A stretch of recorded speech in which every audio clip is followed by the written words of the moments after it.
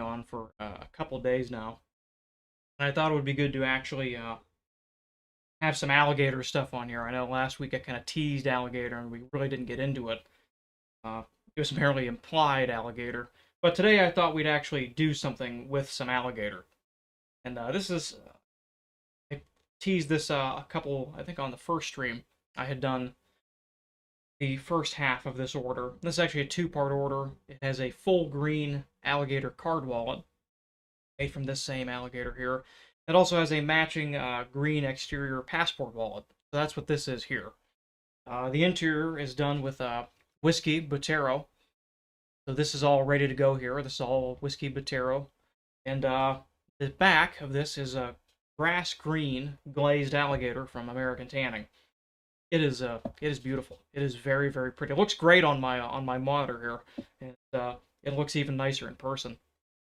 So this is glazed alligator, which is another thing I wanted to do on this stream because working with glazed is rather different than working with matte.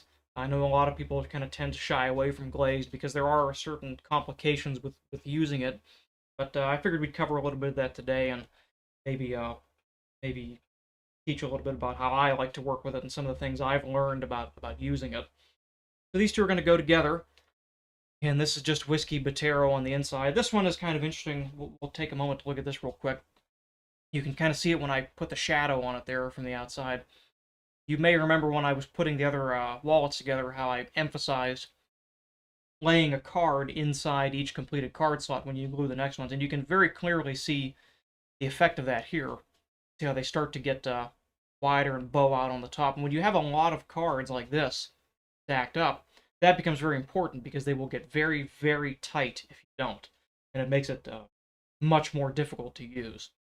So if you want to take a look at that, the last stream shows that pretty well. But here it is in a more extreme version of that. This is a little bit different than what I usually do. The customer specifically asked for these angled lines, and in particular these deep scallops here, these deep angled scallops. I don't always do. I generally do them by specific request. I have a couple customers who always ask me for it. This is definitely the most extreme of this that I've ever done. I generally don't like going this deep with the visible cuts on it, only because it's more exposed card to wear, rub against things. But in this case, the customer was aware of that, and they were okay with it, and they wanted what they wanted, so here we have it. Give me a second, I'll grab, for those who missed it, I'll grab the other wallet that goes with this. Yeah, we might as well get a couple of them here. Yeah, here it is here. So this is the other half of this order. This is made from the same alligators. This is a full, again, with the same kind of hard angles, hard scallops there. It's a full alligator hard wallet, double-sided.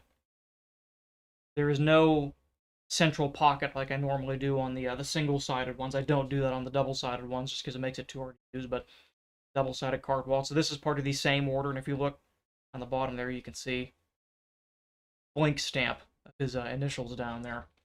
Stamping at glazed alligator is tricky. You generally don't, at least in my experience, you generally do not get a very deep stamp. If you're using a brass stamp, you probably could get better than that, but I only have lead type. So the amount of heat and pressure that would be required to really get in and stamp this would melt my type. And then by virtue of the fact that because it's glazed, it is very dense. The glaze, if you didn't know, is not a finish. It is actually a burnish that's applied with an agate stone on a machine called a glazing jack. So these fibers, even more so than usual, are very, very densely compressed. And consequently, you don't get a very deep impression with that like you would against Botero or things like that. That's the other part of this wallet. I'd be remiss if I didn't at least show this one. I've been posting it every chance I get on my Instagram, but here's the one we worked on last week. This is it all wrapped up here. So this is the Barba Papa Chev interior, with, again, from American Tanning, this is their pastel green glazed alligators. This is a really gnarly color. Customer, again, requested both these colors by name. He had a very clear vision as to what he wanted. This will be going out here probably within a day or so. But that one is all wrapped up and ready. You can see some stills of that on my Instagram page and on my portfolio page. But enough said about that. We're going to get down to business here. Let me put it away.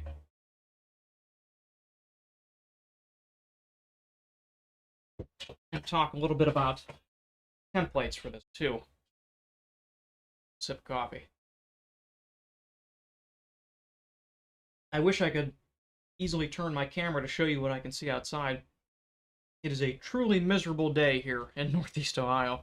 Uh, Mother Nature, as she usually does at least once or twice in April, has forgotten that it is supposed to be spring.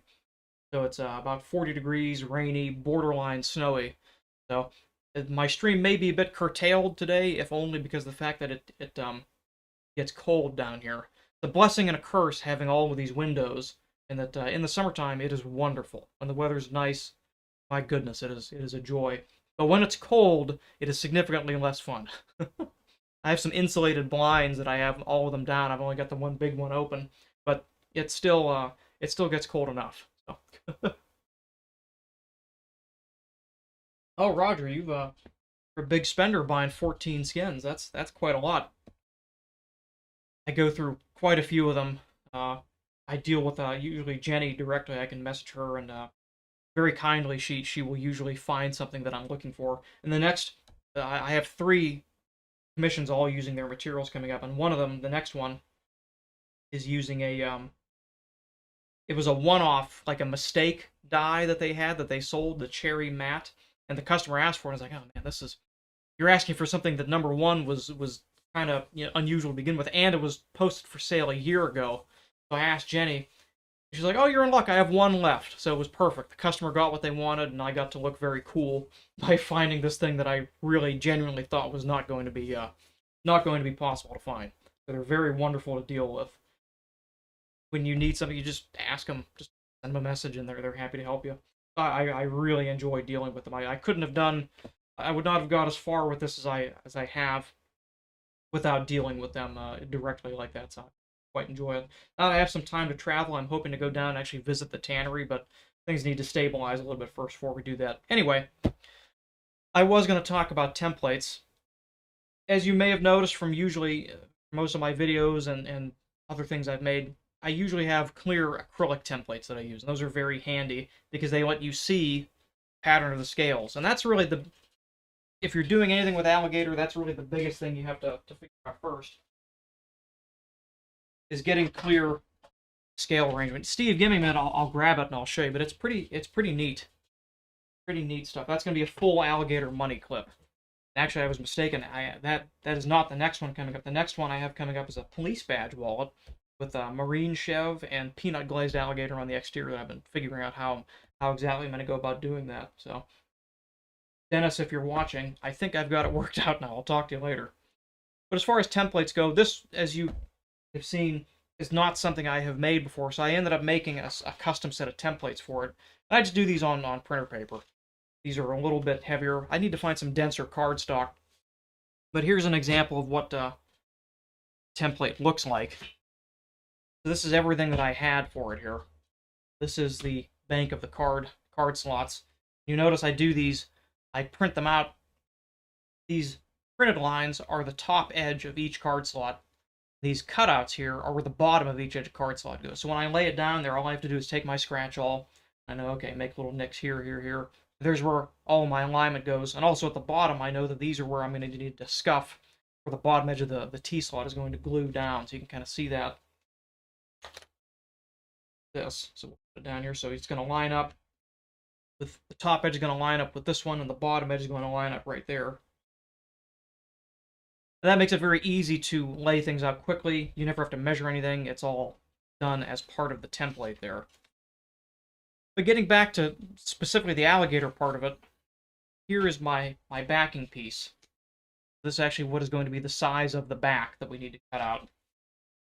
It's you can work with this. It's a little awkward because you're continuously flipping back and forth to see, okay, how do those scales look?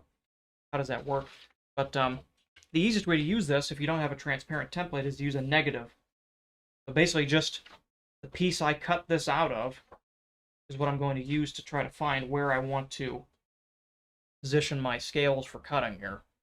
Generally, when you're doing this, you want to avoid having an edge directly on a scale transition, like right there. You want to stay away from that. I like to have them within the lines of the scales there, so I want to kind of have it within the center here, here as well. There's a little bit of playing involved with doing that because the skins never are truly flat. You can board them to try to get them to lay down, but I find it doesn't matter so much because once you put them to the wallet generally kind of holds them in place as well. And the way we put this together, which we'll get to, means that this is not going to ever truly lay flat to begin with. It will always have some flex. We'll explain what that is. Just bear with me on it. We'll get to that. Kind of trying to. I may have to lean over my camera a little bit here to try to see. Got here. Generally, with doing this, you want to look for the center line. So this is the direct center of the belly here. You want to ideally have the fold, the break, on this line here, just because it's aesthetically pleasing. I think this looks pretty good.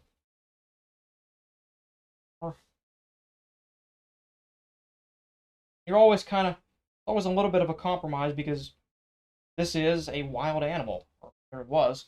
So these scales don't really obey any law but their own. You just kind of have to work with them.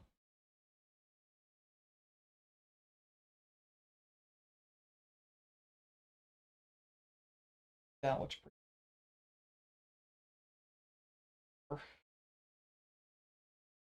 Here's how I like to mark these out. Now I kind of know that's about where I want it.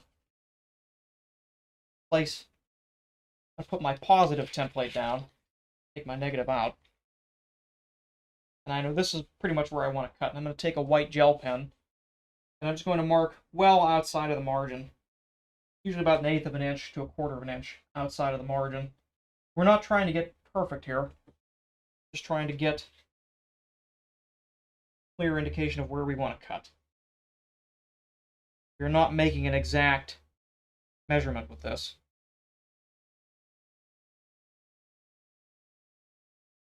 Generally, because we're up so close to that edge there, we're just going to come there and trim it right. That was. I use a white gel pen to mark most things. It works very well on alligator. It wipes off with just a very damp cloth. Emphasis on a very lightly damp cloth. As I mentioned before, the glaze is not a finish that is applied, it is a finish that is burnished. So as it gets moist, the leather flexes a little bit and you lose some of that glaze. So you want to avoid getting this damp or wet as much as possible. All of this is going to be trimmed away in the end, so it doesn't really matter. This is all going to be scrap area, so it doesn't really factor into it.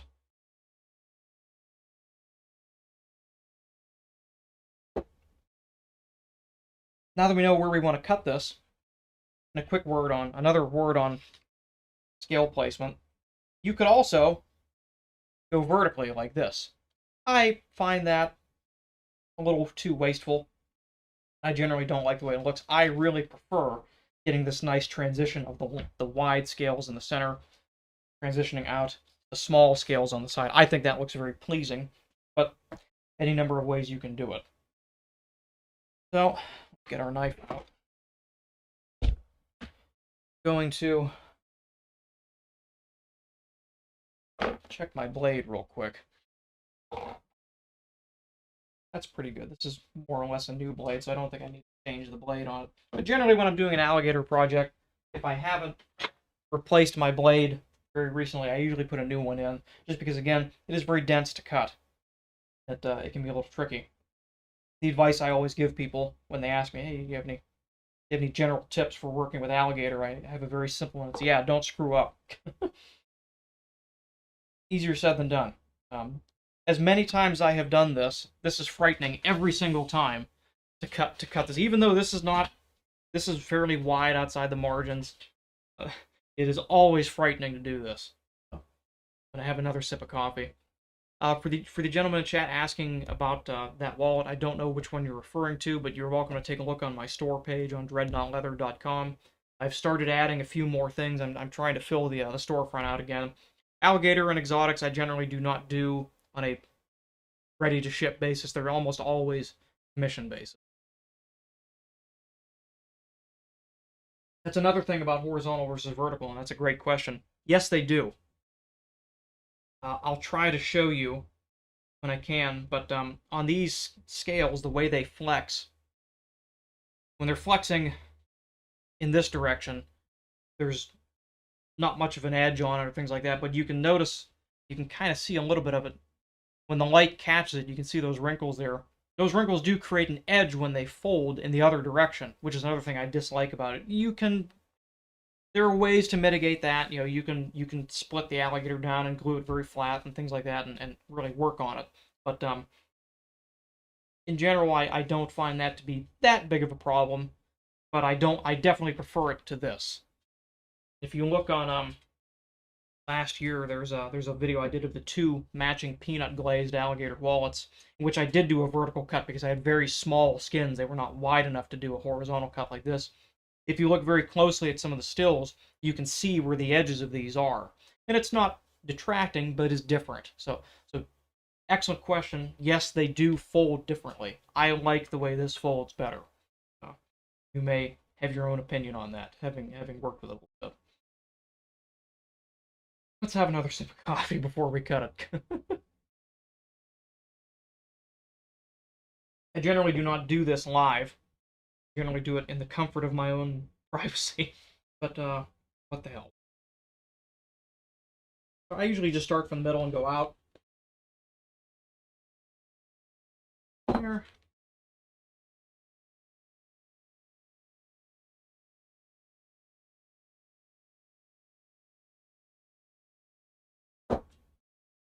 Here.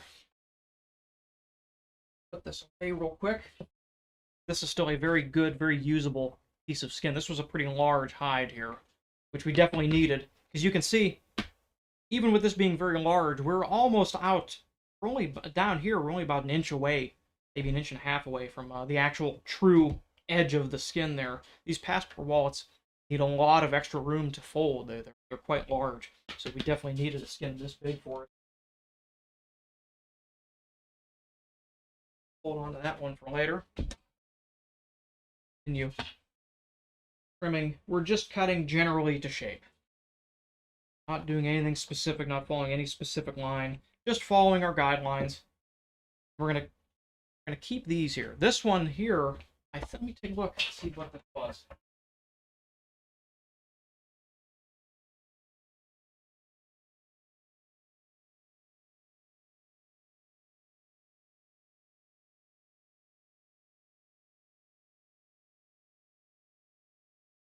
Roger, that was a 36 centimeter.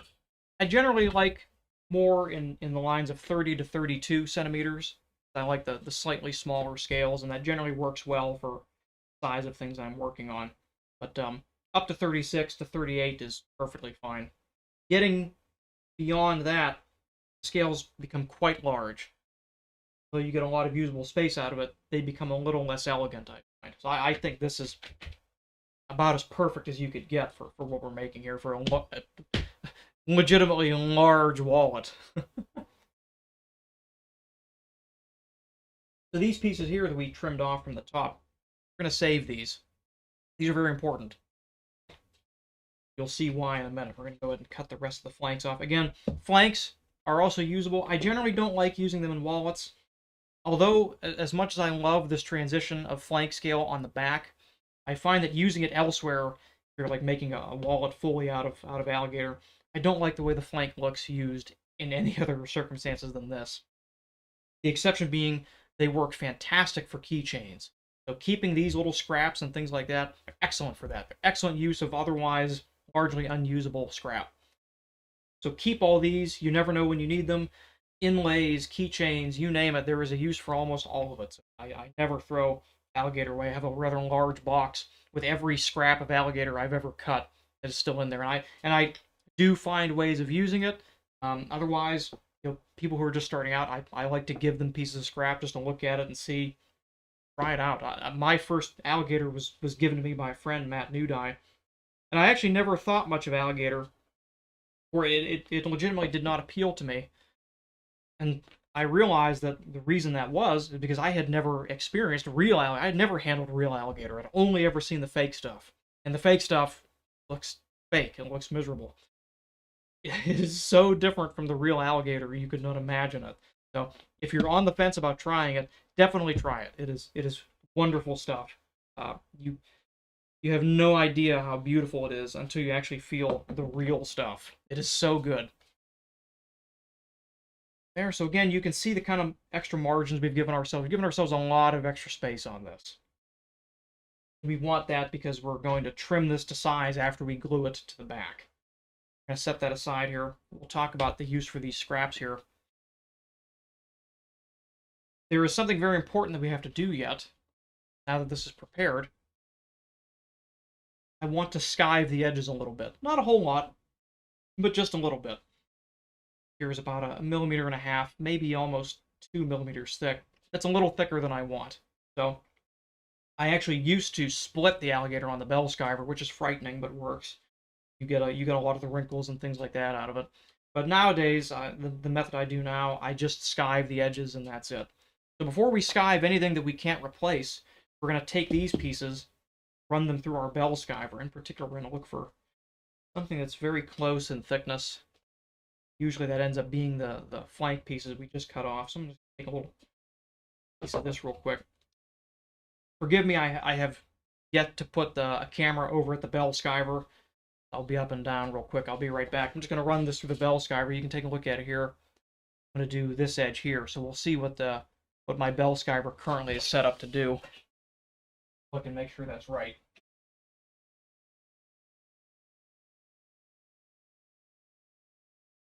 Anything there?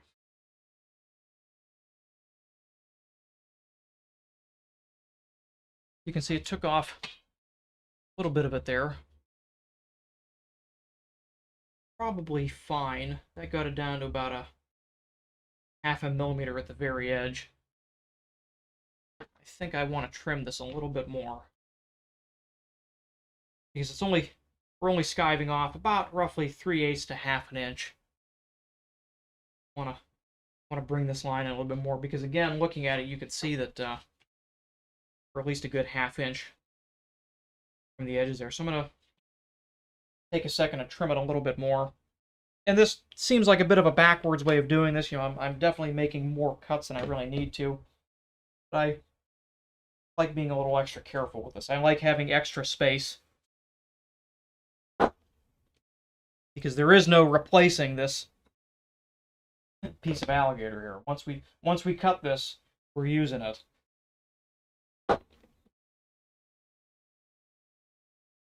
Take it off here. All right, that should be closer. There are definitely more elegant ways of achieving this, but I kind of like to reason my way slowly through it. Take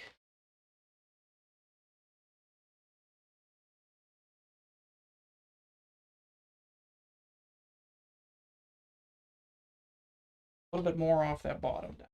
Let's see right where my mark was there.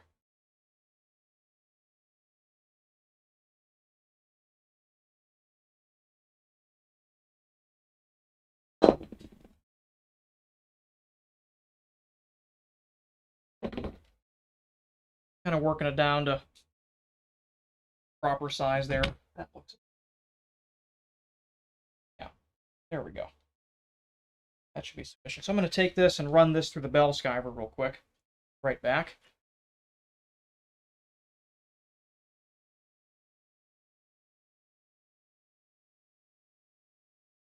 Good.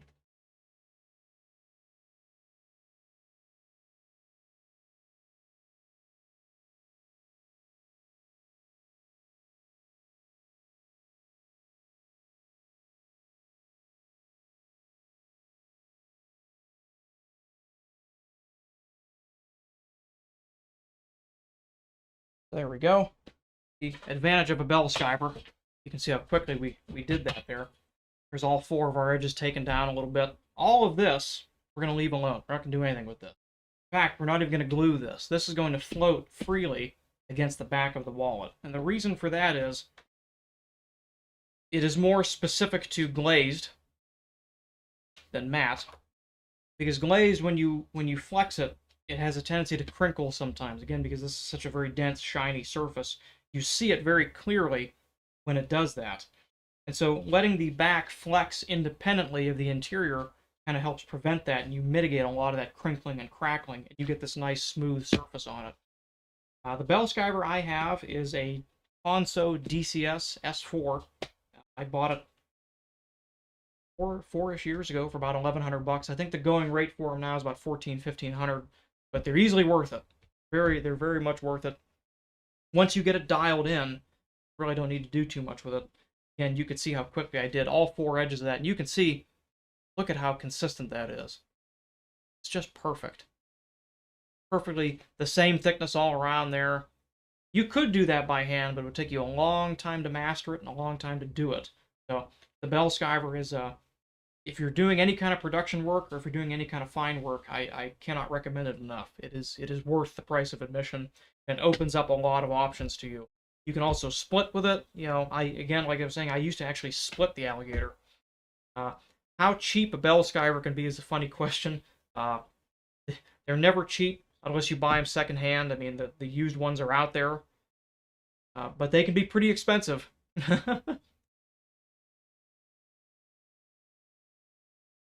A very dear friend of mine bought one and didn't realize that it was actually a three-phase model, so she had to get a phase converter and all that jazz. I mean, they can be pretty expensive, but the nice ones are nice. This is an economy model, and even the economy ones are pretty good. This is, you know, a clear knockoff of some of the nicer ones, but it works just as well. It's pretty good. There, you lose a bit of the fine tolerances with it, so you get a little bit of variation with that, but for most applications, it does just fine. Throw this scrap away here. Pull it back. Now we're ready to actually put these together.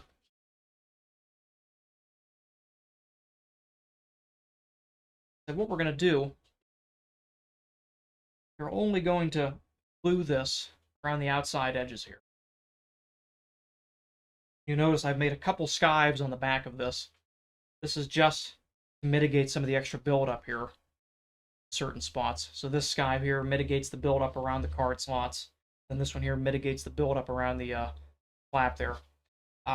You would, if you're going less than 1,500 bucks, you're going to be buying a used one, which is fine. Like I said, a lot of people are out there, but I've never seen a new one for less than that. But used ones work just fine. Like, let's see here. Up. This side is up.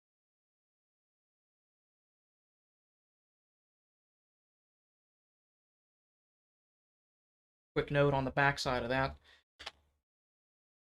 Again, referring to scales, you want to kind of keep in mind this is the top, this is the bottom.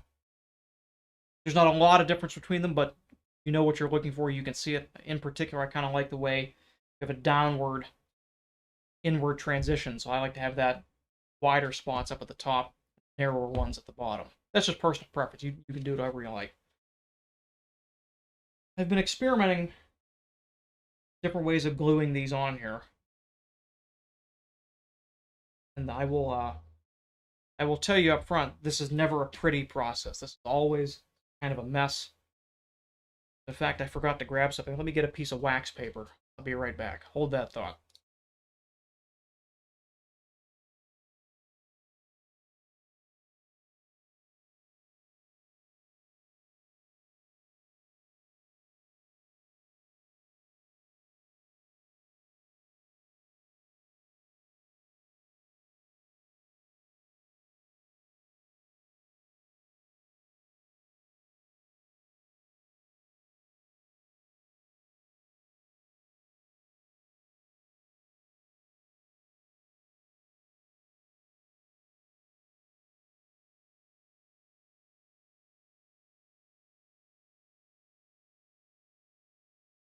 Okay, sorry about that. Should have had this ready, but God.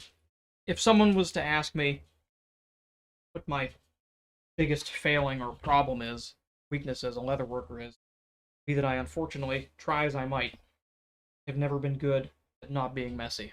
I happen to be a messy worker. So having ways to mitigate that are important. Using wax paper to keep it off the desk and things like that while gluing is pretty useful. Let's take a look here. We're going to do some dry fitting of this. This top.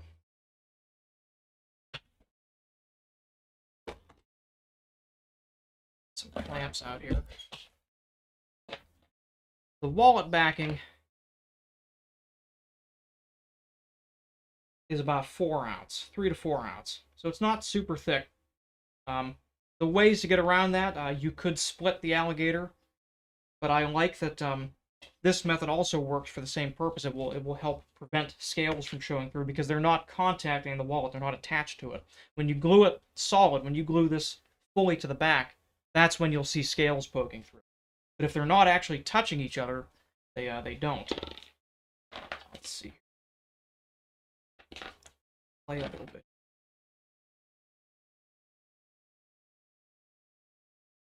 Dry fitting this. I'm just using clamps to hold this in place, just kind of dry fitting this wallet.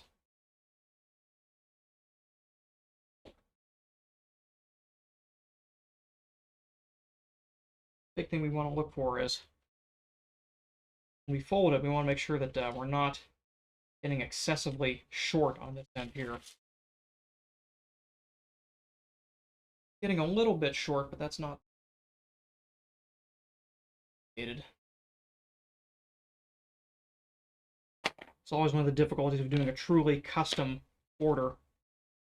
Come across things that you hadn't accounted for as you're doing it. In this case, I probably could have used about an extra 1/8 of an inch on the edges there of the alligator. Nothing that we can't.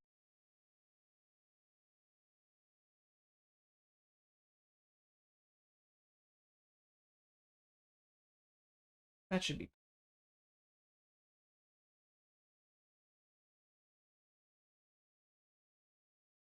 I'm going to use, generally don't use this kind of glue for it, but I've started experimenting with it a little bit.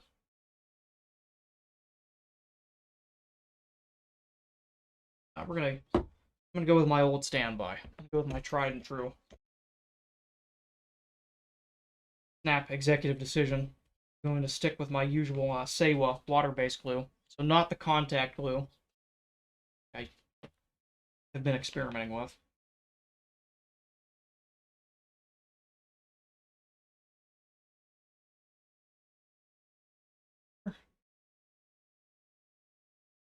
And I kind of do this in stages.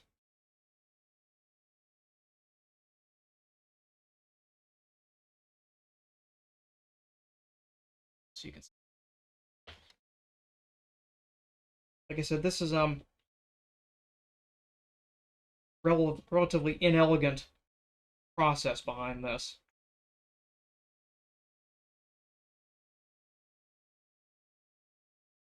I'm gonna work through it slowly. Got some glue there. Looking, lining it with our eyes.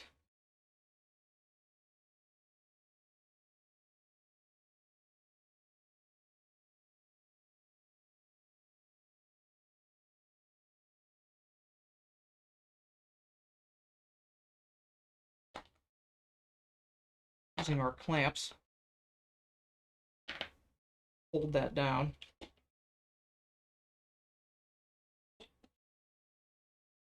People often ask me about the clamps, don't they mar the leather? Not really. If you do them right, put them in the right spot, you'll put them in a place where your stitch line is going to obliterate any evidence that this was ever there. That's exactly what I'm. So once we stitch this, there will never be evidence that there were clamps here. You're going to literally punch holes through those spots. We're going to let that sit for about a minute or so. Get a good anchor on this end down here.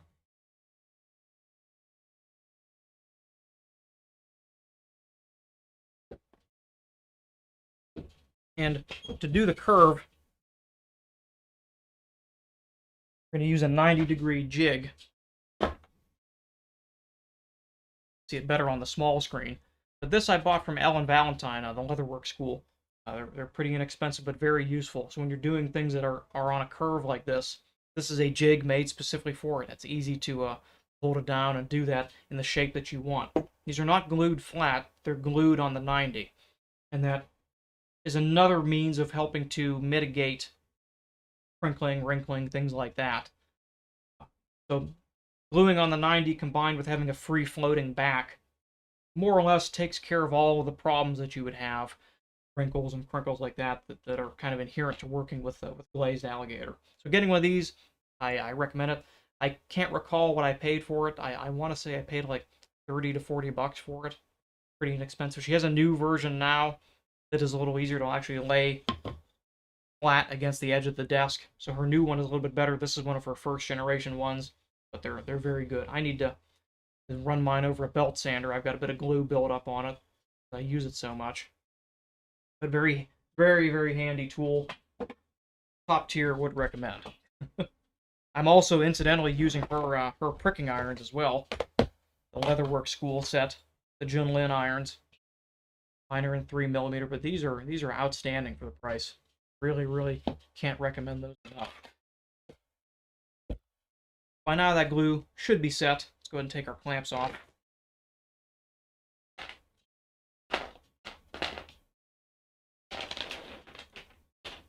Push those aside. So anchored nicely now. Now we can go ahead and work on getting the rest of this glued down. Like I said, this is kind of a slow, ugly process of working glue out to the edges there, but you stick with it, it's nice when it's done. So let's start. Peel back what we've done there, and again, no real nice way of doing this. Working about a 1/2 inch, 5/8 of an inch from the outside edge of my alligator here.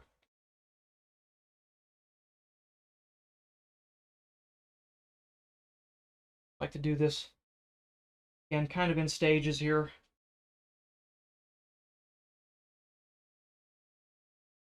Give some of the glue time to set. So I'm going to do about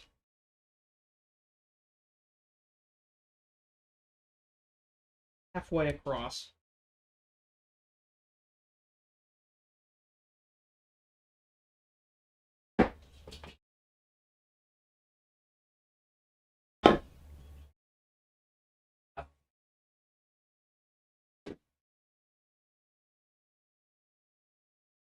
Because whiskey, taro, so easy to scratch, I'm going to lay cloth over top of that. Again, using the line, that center fold there, we're just going to work this down. Using our fingers. Nothing special about it, nothing particularly noteworthy about it. Kind of working it down with our hands and applying tension evenly over it. And it is, make no mistake, if it looks awkward, it is even more awkward to do. I'm working from the direction I glued, so I glued this edge first. I'm pushing with my thumb towards the area that is unglued. Trying to work the rest of the glue in that general direction there. Back to the top. And this thing is actually so large, it doesn't fully fit on the jig. So you're going to have to go back and do each side at one at a time. I'm actually going to take that to help that further set. Impart the fold on it right down the center there, and I'm actually going to take it, clamp it shut. I haven't glued this edge yet. We're going to come back to that in a minute. I'm just going to hold this shut because what I really want, the thing I really need to do, is I need to put tension on this bend right here until this glue sets. And I can guarantee you, even doing this, when I open this, it's going to lift a little bit. So we will 100% for sure have to come back and re-glue that center part. But that's okay. We anticipated, we know what we're doing. And once this sets, we'll release these clamps. We'll come back. We'll glue down this edge. You get a little bit, again, because you're working against something that is not flat to begin with. You kind of have to pull this down a little bit. I like to use the glass slicker. But all of it comes out in the wash when it's all done. It's all stitched down, painted, looking sharp. All of that comes out. Hold that down there. Put the jig aside for a second again. We're just gonna hurry up and wait for a little bit. Give it about a minute or so to set. And this looks a mess, but these are not the final margins of this. This is not the final line of this. When it's done, kind of work it flat again, trim it, and then we'll be set. Yeah, you can use this on anything. I use it on all my bifolds, things like that. Pretty much everything that folds, I like to use this method. And I do it with Botero as well. You know, any kind of leather that has to flex. This is a good way to do this. It works very nicely, and you'll see when it's all done. Actually, I can show you.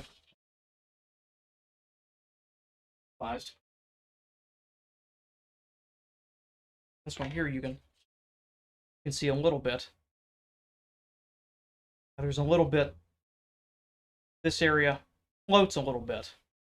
Again, that kind of prevents it from really getting too crinkled or scratched up. And again, that is more unique to glazed alligator than anything else. Matte alligator is much more forgiving because you're not worried about the visible crinkling or wrinkling or things like that. But it still does wrinkle a little bit, so even for matte, I'll do that. Glazed is stiff enough to where it kind of can be done. You can basically glue your glaze directly to the liner there. Sometimes with matte, if it's especially soft and stretchy, I'll glue it to an interface layer first, like alpha or something like that. Have that assembly flex. But in most cases, since I work with glaze so much, it's usually just alligator directly to interior. So that's probably set enough. You can let this go. And again, like I said, this is almost certainly gonna come off a little bit here. Pull back where we were. But once I unfold this a little bit, it will almost certainly pop off at the fold there. You can see it has a little bit. But again, not particularly worried about that. We'll glue it back down. And we'll test it again as we stitch. As we're going around doing our stitching, we'll test again and see if we can delaminate any of the edges. If we can, we work a bit of glue in there. And then, because this will also get edge painted, a unique quality of edge paint is that if it's done properly, it effectively is another layer of glue on the outside. When you melt it in those fibers, it also helps bond these all together. So you have a lot of different ways of attacking this problem of keeping everything down before it even gets to the stitches. This here, because we've done the curve already, we don't need to worry about the jig anymore. We can just do this basically flat where it's at. And peeling back what we've done.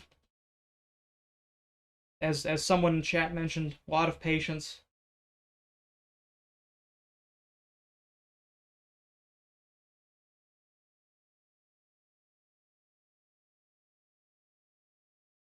Good bit of back and forth, good bit of redoing things you've just done.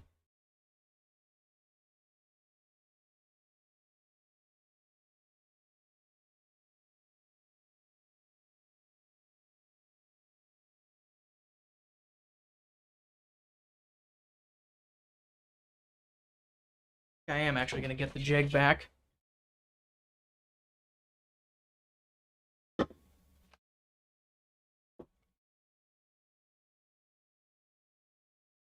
Mostly because I want to make sure I'm getting this alligator pressed flat. Remember how it looked kind of wrinkled before?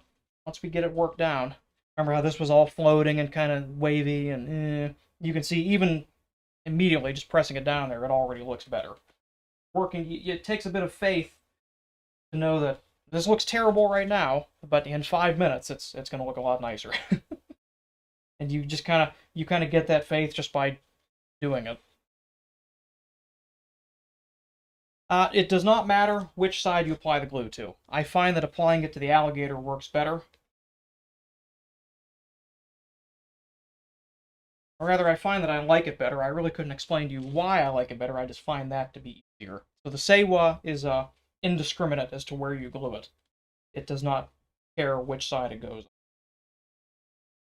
That actually fought me much, much less than I thought it was going to. It was significantly easier than this usually goes. Put my cloth away now. Wrap this up, then I'll show you what we've got here.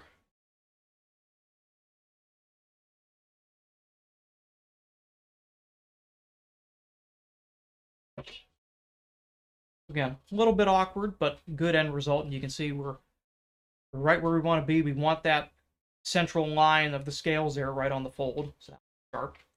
They're inside. Folds up, everything fits. We still need to trim it a little bit yet. We're coming a little bit close with our margins on the sides here, but that's okay. Well within acceptable tolerances, I think. So, went up with a nice transition of scales on the back there. And if you look on the inside, right now you can kind of see where the glue was, but you don't see any scales. That's good. That's what we want. We don't really want the scales to print on the inside there. Again, with everything inside of it, there's going to be a passport that goes in here, so all of this open visual space is going to be filled. Same thing with this. This will all be filled with cards, things like that. It'll look pretty smart. So I don't want to flex it too much because again, right now it is just held down by glue. But you can kind of see a little bit. Watch what you want to watch for is here. Watch on this line right here, and you can watch the shadow and see that it's lifting a little bit there. That's what we want. We don't want this to be glued firmly to this because that is how you get to crinkling and crackling of the glaze. This lets the glaze float freely and you don't get any untoward effects on it. If you look very, very closely, if I can show you here what I'm talking about on this. If you look very closely, right about where my thumb is, in the areas where I worked it down, really worked it, you can see a little bit of that forming.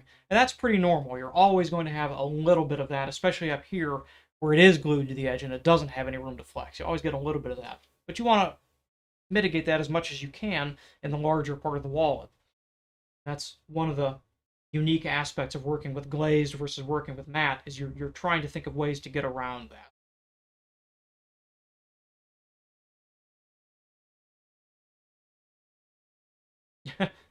If it makes you feel any better, Roger, I was also worried. I'm worried every time I do this, just because, again, it is, as I like to say, it is irreplaceable. So, especially with a piece this large, I can't really go back to that hide and say, oh, well, I'll just cut another one. It doesn't really work that way. So we're not out of the woods yet. We still have to do the extremely fun and terrifying part of now trimming these edges out. This is no less frightening. And arguably it is more frightening because now you get the unique risk of ruining not just the alligator, but the whole wallet. So that is the way it goes. But everything looks good so far. Let this set down a little bit here. The glue's pretty much dried. I am, so you can see a little bit up in the top there. We can get a little bit more glue in there, so I'm going to take my scratch all, work a bit of glue down in that edge there to make sure we really fully get it. Our clamps, hold that down for a second. That's good. I'm going to let this sit, and I'm going to get myself a drink of water real quick. Because this does take, doing this part is, as I mentioned a moment ago, it is frightening. It is always dicey, and you always want to make sure you have a clear focus of mind while you're doing it, because you can screw it up pretty easily. So let's see what happens. I'm going to put the Be Right Back screen on, grab a drink of water while this glue sets, and then we'll come back, trim this, and see what happens. So we'll be right back.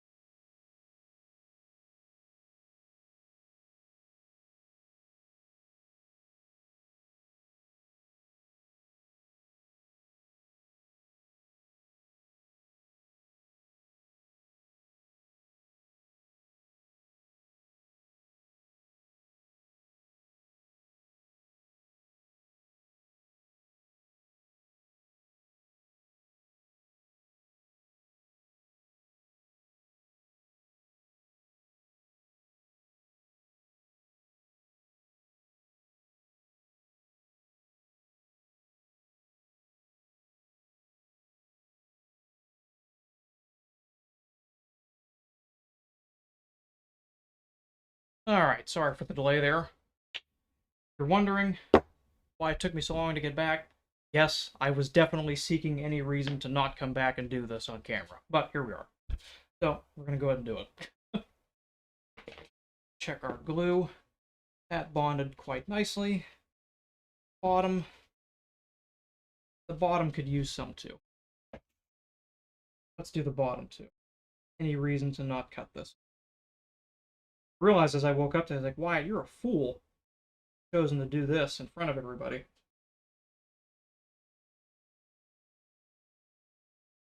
But there's no getting around.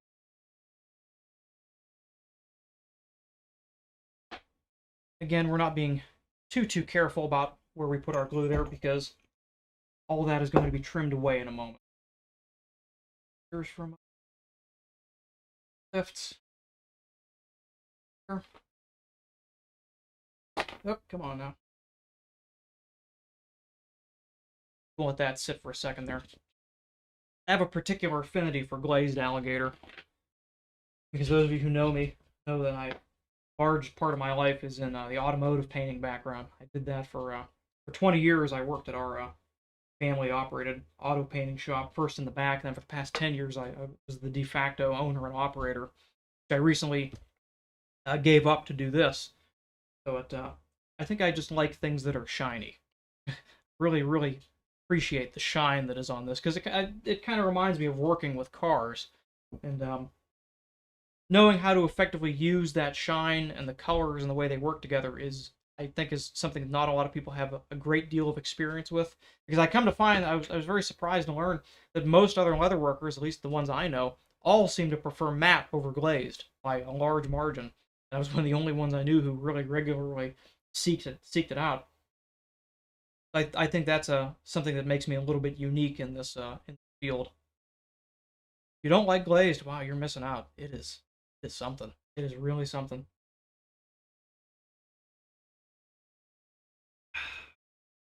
So for this, I am now going to change my blade.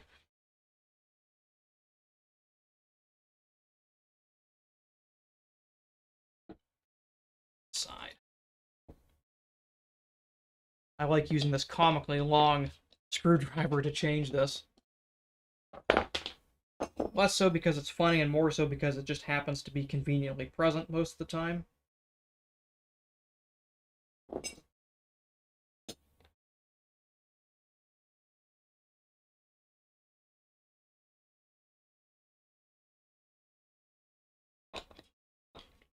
It has a lot of similarities to it, in particular knowing how to get the edge true. True versus smooth. If you ever block sanded a car, you kind of know exactly what you have to do when you're edge painting. It's the same concept. You're trying to build up enough height where you can then remove it to fill the low spots. And I'm always surprised a lot of people seem to have difficulty understanding that concept, but it's I guess maybe I've just done it so long it just comes naturally to me.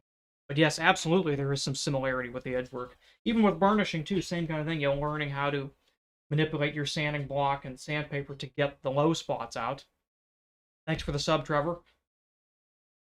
I think we're ready to do this now, so I'm going to do a quick sanity check real quick. What I'm looking at the lines I've drawn, so you can see I've marked out already where my margins are. I'm looking to make sure the line looks good, straight, yep. I want it to be, and I'm also looking to make sure that when I glued this, I glued enough alligator on there to be sure that when I trim it, I'm not going to be left short. Looks like I'm good. It is, alligator is scary to work with, and more so by the fact that it is pretty expensive to get into it. It's unlike other leather in that a lot of people are not even able to buy it just because of the cost of it. You're talking $300-400 for one skin. That is a real obstacle to people. I think everything looks good. I like the lines that I'm seeing. Nothing seems wrong yet. Sip of water.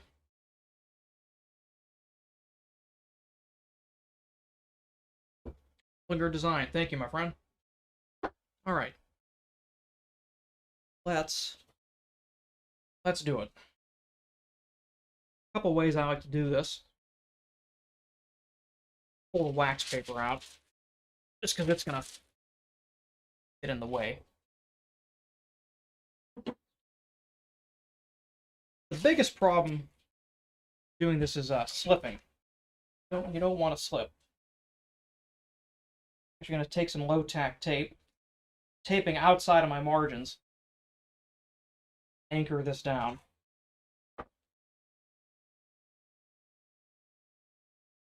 I understand there was a bit of a kerfluffle on Instagram today over liabilities involved using a non-cork-backed ruler, but hell with all that. I have a long... One other thing to know about the rulers. This is a long ruler, and the reason I use such a long ruler versus, my more readily accessible square is that I can use this to flex over the top of this. I can actually get it to press down on the top and on the bottom, flex it down, and further hold it. Whereas that, being very rigid and short, is just going to rock back and forth, not give me a very good line.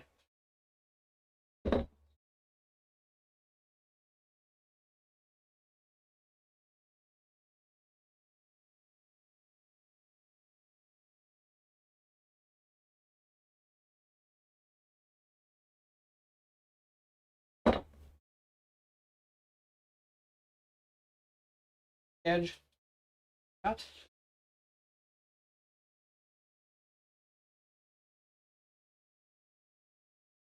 There's our first edge trim. That's our first true edge. May look a wee bit messy in here yet, but that's just because we haven't got the stitch line to further define it, or the crease we're doing here. When you're doing this, especially around T-slots, they always look a little bit off until you stitch them down and crease them. The crease hides all shame, I find. It really, I find things do not look complete without a crease. They really pull the thing together. So let's do the other side. That wasn't so bad. Huh? That was all right.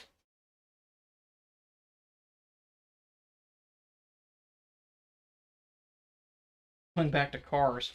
I really like driving now. I didn't like it so much when I first started, and I got my license very late. Largely because I had nowhere to really go, but I also feared it. I feared the idea of it. Erroneously. But a habit I formed ever since I started driving was every time I get in the car, I will cross myself, having grown up Catholic. Now, I always find it humorous. That's a great way. That's a great way to inspire confidence in your passenger. If you have anybody driving with you, to get in the car, turn it on, and immediately cross yourself and begin driving. People love that. People never question that. People are never put off by you crossing yourself as you begin driving them around in a motor vehicle. So this side is a little bit thinner, so it's going to be a lot easier to cut through. We probably won't need as many passes on this. 2 passes. I generally don't try to do it in one go. Just kind of let the knife sink in as much as it's going to, and whatever it cuts, and if I have to make another pass, it's okay, because we're going to hit this with a hand planer, sandpaper, and my God, it's snowing.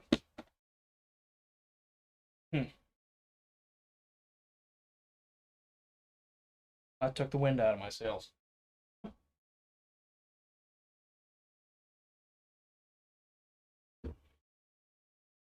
Shucks. Supposed to be spring, damn it. Anyway, those are the easy sides done, because now, as you can see, we've got the 2 flat sides done. Now we have to do the part that flexes, and this is a little more awkward. Remember how I talked about how there's no real elegant way of doing this, and we're probably going to go back and redo some of the things we've done? This is usually where it happens, because you're directly putting tension and flex on the area that you've tried to glue flat. So you almost always get a little bit of delamination during this part, unless you've used a lot of glue or you're exceptionally lucky. I often find that I need to go back and re-glue a little bit afterwards, but I just kind of accept that as part of the territory. Wow, thank you, Steve. Love you so much. Thanks, buddy. Oh, love the snow you sent, man. Thanks so much. So cool. Wow. Anyway. Emma, you're correct. It really is not. This interior leather is fairly soft to cut through with a knife. The gator is a little more difficult, but this also is a brand new, never used before blade, so that also accounts for quite a bit of that. This part here is significantly less enjoyable. Tape it back down again. Do what we can. And like I said, this is always awkward because you are fighting the flex.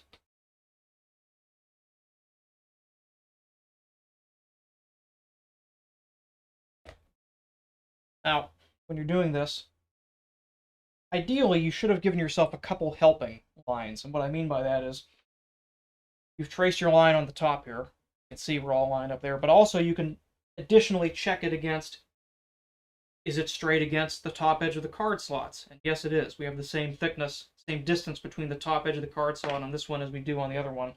On a lot of my other bifold wallets, I actually could just line the ruler up directly against, press directly against the top of the card slot, and that works.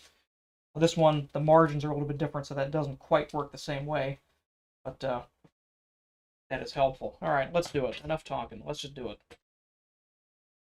Get it done.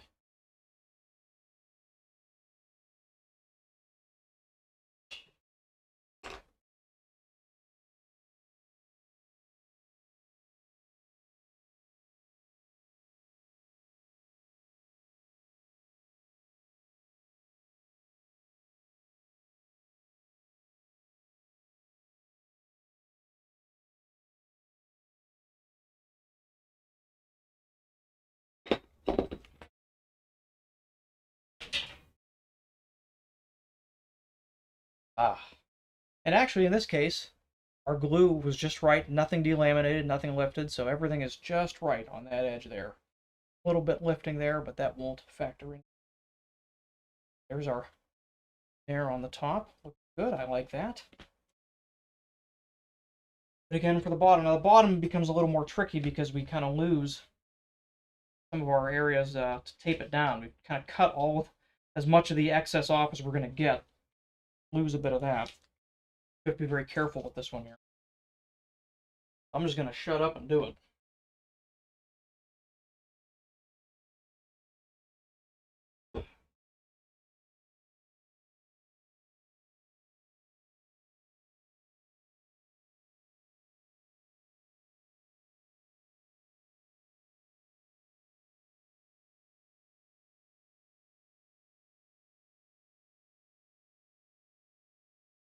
I'm making sure everything is.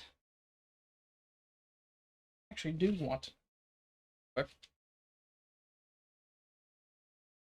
want to double check.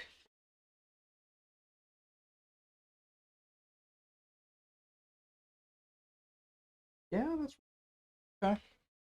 Something felt a little off as I was doing that, but no, everything looks as it should.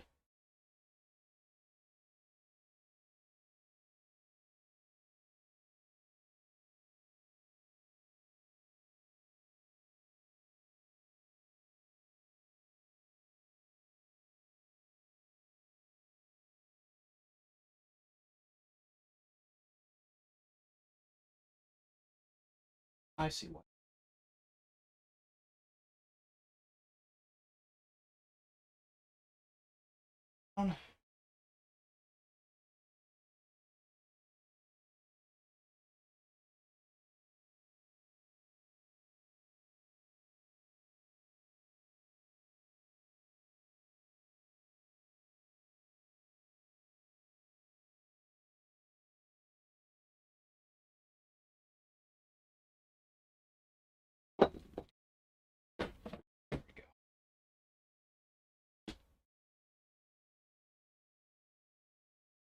That should do.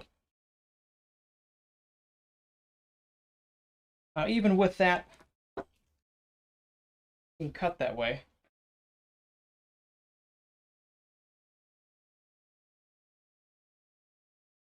Nice thickness on the end. That looks quite nice. Bit. Fold it some more. There we go. There we have that line there. That looks pretty good. There's our exterior. Oh, I'm always happy to be done with that.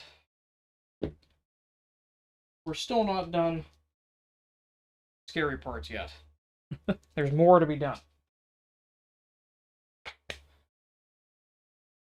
Now, we get to punch our stitch holes, which is always yet another risk of ruining something that is otherwise nice. But we're just going to take a moment and enjoy this. This looks good. Everything looks good. Lines up nicely. Rather happy.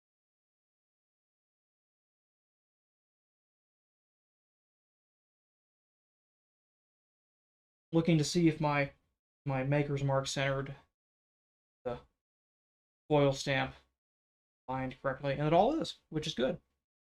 That takes a certain bit of faith to do. Faith and practice. Sometimes you just gotta get in there and do it. I can't tell if it's nerves or the coffee making my hands shake, but that's always a dicey thing to do. But put our clamps away. We shouldn't need these anymore.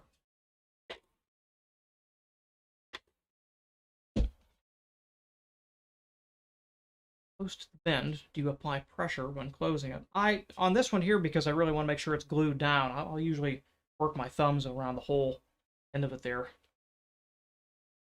In particular, I'll go all the way up to the bend and work it down a little bit because it still wants to resist it a little bit. It's not fully used to doing that. You really want it to kind of sit more or less. It should sit more or less at 90 degrees or some interpretation thereof when it's open like that. That way you're not fighting it one way or another when it's sitting in the pocket. Handsome looking piece of alligator. Take a minute and just enjoy the way that reflection looks as the light catches it.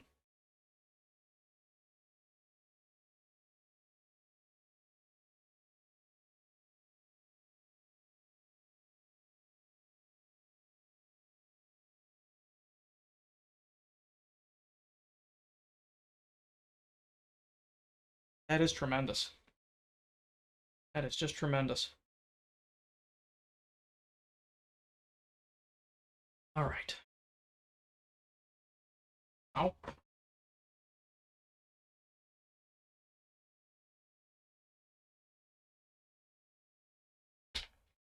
thank you, Roger. Now, one part of this particular commission is that, as you saw on the card wallet, it has the angled corners. So I'm just going to take my template from the card wallet and use that to kind of mark off where my lines should be for the corners.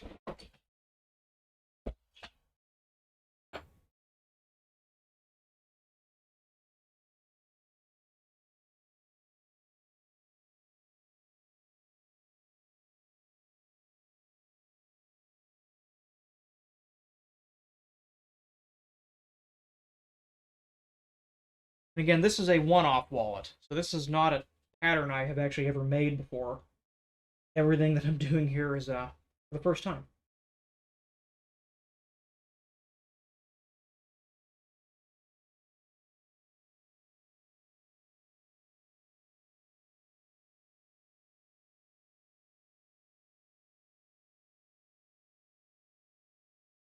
I know, Kelp. I much prefer the rounded ones myself. But who am I to deny? Oh. Hey, Trenton, thank you for the sub.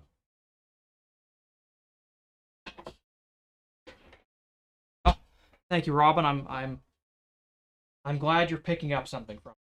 Jealous of your weather. Please send it north as soon as you possibly can. You have a keen eye, Roger. Yes, it is. Oh, look at me. You've got me all excited now. Yes, it is the Harbor Freight Deluxe Workbench. My dad bought one of these years ago. Hey, Wyatt, I got a solid wood workbench. It's got 4 drawers. It's 60 inches long, and it's got a vise. and it cost me 150 bucks. And I'm like, that's nonsense. There's no way. That's impossible. There's no way you paid that price and got an actual nice workbench. So I was very skeptical when I went down and looked at it. I was like, wow, this actually is a really nice workbench. And so when I got into leatherworking, that was an early birthday present for me. And with the coupon from the little magazine they sent out, I got this workbench for $135. And it's awesome. It's so good. 60 inches is a pretty good size. It fits everything I need on it. And then as a fantastic gift from my dear friend Arub Al Mutawa from Barwa Leatherworks in Kuwait City, Kuwait, as a Christmas present about 2 years ago, she sent me the Yellow Tools cutting mat. So it's a little hard to see from the top down, but if you notice on the oblique angle that it's very shiny, that's because all of the surface is cutting surface. All of this is cutting mat. It's transparent cutting mat. The entire bench is all cutting mat, hammering mat. I can just pound stitches wherever I want. It looks like I'm pounding it directly into the wood, but I'm not. It's so good. If you, it's not cheap to get it. I spent, the cutting mat costs more than the workbench itself, but for a relatively total inexpensive price, it is awesome. It's a really good workbench. It is actually solid wood. The only thing I've had to do with it, Roger, if you noticed on the bottom, they've got that kind of flat panel down there for like storing stuff, and it's just basically MDF slotted into the outside perimeter there. That broke. That was the first thing that broke because I stored a bunch of leather on it and it broke almost immediately. So the only thing I had to do to it, I had to put some cross braces on it, and that was it. I just screwed those in. That's the only thing I've had to do to the bench. I've modified a little bit to where I added some brackets on the back to fit. I have a work lamp on each side. I have more recently this, which you obviously can't see, but is the vertical camera mount I've added. I love this workbench. I tell everybody to get it because it is such a good deal for the price. It is a genuinely awesome workbench for a really ridiculously low price to start with, and if you get the coupon, you get like an extra 20 bucks off. So it's really, I get very excited talking about this workbench. Anyway, back to business.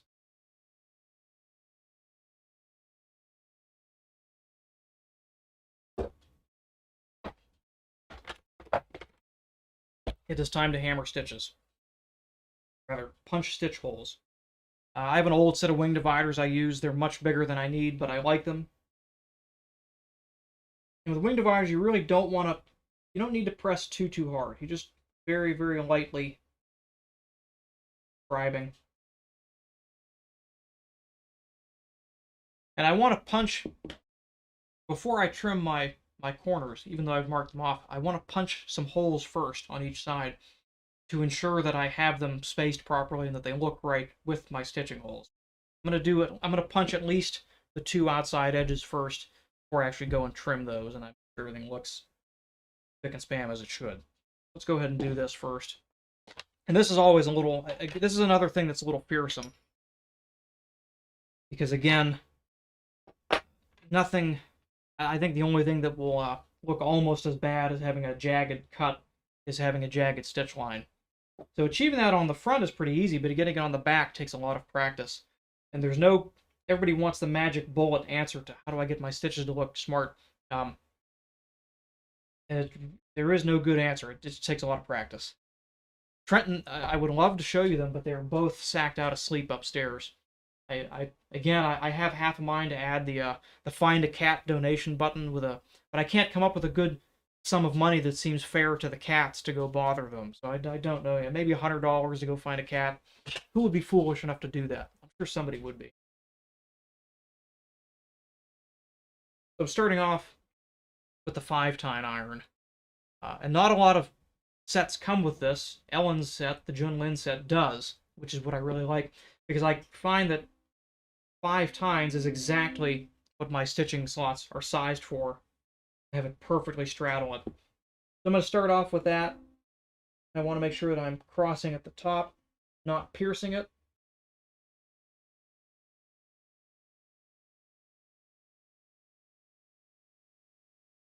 If you're going to take your time doing anything, worth taking your time with and really looking at it, going slow.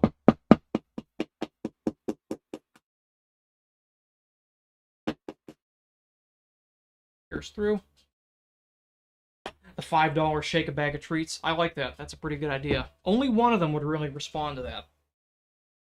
The other one, he really is not food motivated. He likes to sleep and be comfortable. The big boy really likes food, so he would come and do that. He would just get Dima pretty much all the time, which is not a bad compromise.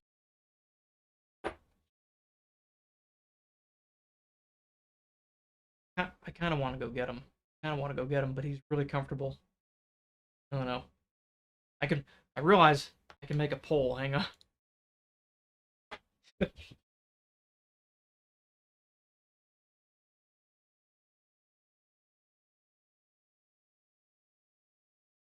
we go. Go ahead and vote in the chat. I think that should come up. I think I made a poll, yeah.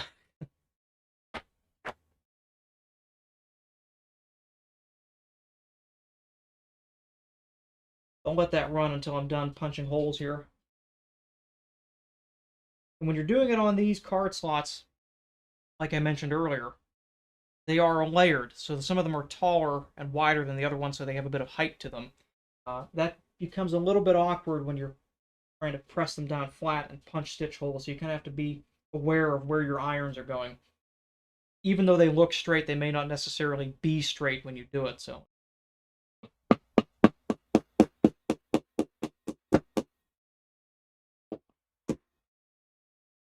that looks good.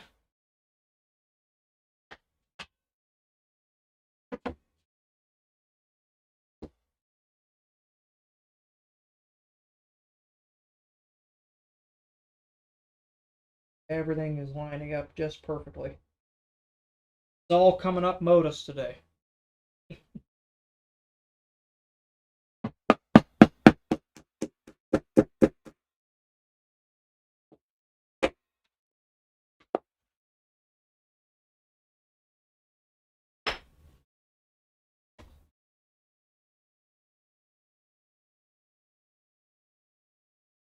All right, in fairness, Father the cat wins. I will give the cat a treat. That is fair to the cat.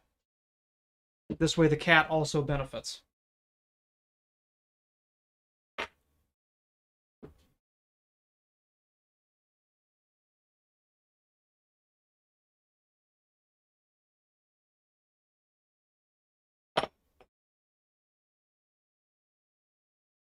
And if you're curious, yes, I am working agonizingly slowly on this, just to make sure that everything is straight. I wish I could show this better on the camera. I know I'm covering it up a bit. I'm grieved to tell you that the results of the product matter more than your vision of it. So I'll show you when I'm done. Just hold tight.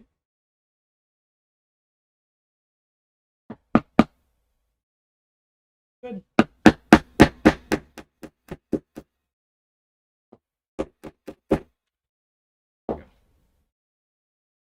Well, Rushton. So that was the most difficult part of punching this right there. I like to get that out of the way first because that kind of sets the line for everything else. But making sure that all of these holes, got it here, ensuring that each of these stitch holes is bridging and not piercing tops or bottoms of the card slots is very important for the overall appearance of it. What is the better side to start punching your stitching holes? I'm assuming you're referring to the inside or the outside of the wallet. And I punch from the inside out.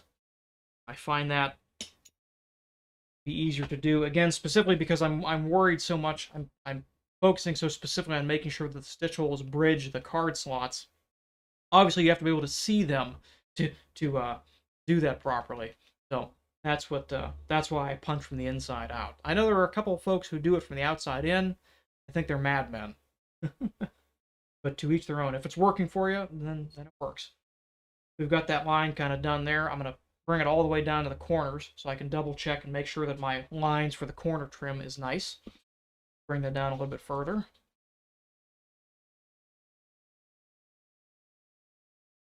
So far, looks proper.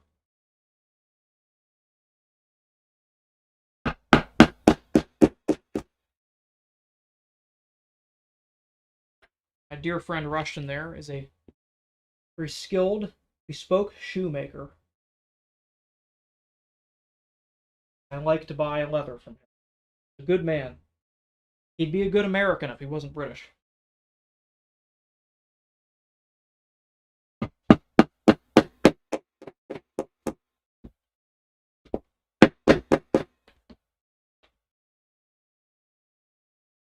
So I don't know how much of that you'll be able to see there.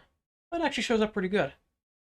When I catch the light right. You can see where I scribed my corner there. That's pretty much exactly where I want it to be.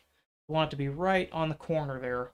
So when I work around that corner, the stitch follows it properly. Looks natural as it walks around the corner there. That is just right. I like that.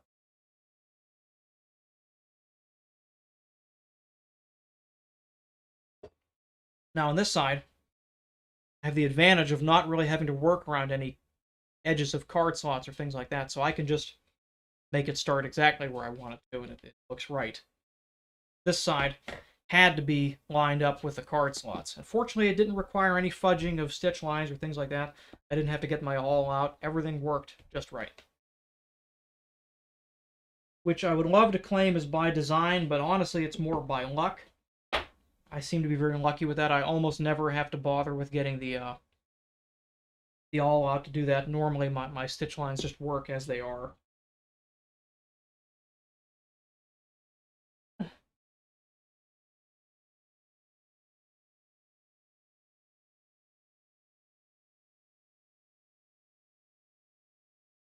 Proper.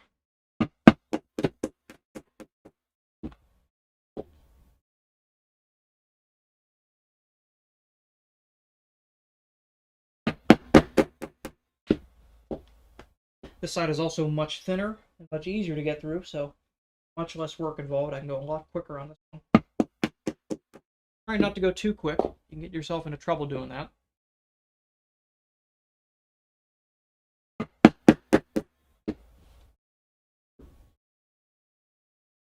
And that looks just right.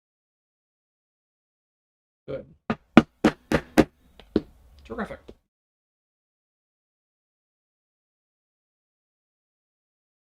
The result of this poll. 7 people voted to bother the cat, and 3 people voted not to bother the cat. Okay. Oh, give me a moment. I'm going to get a treat for him. I think I'll summon Dima. He will respond to that pretty well. Give me a second. Be right back.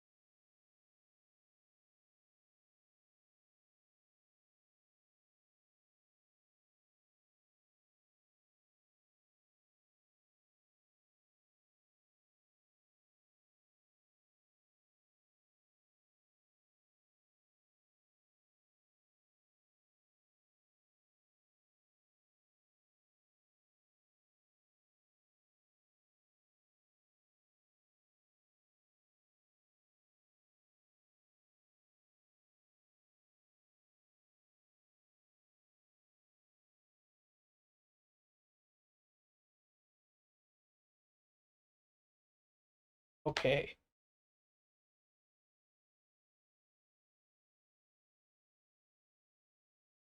He's a little bit confused, but he's about to get what he wants.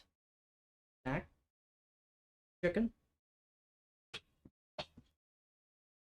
Over here where people can see.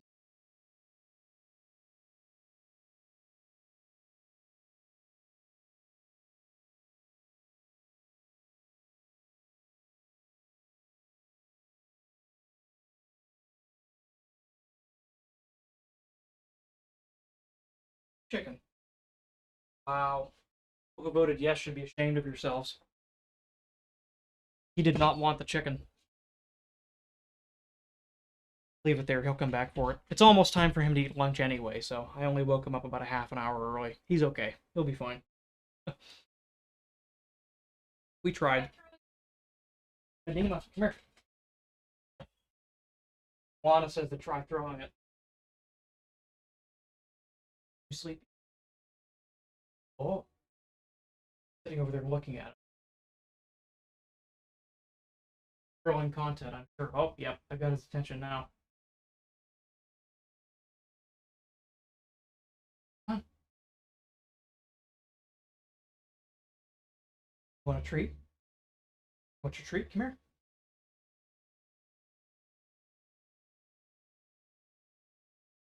Nope. He says no.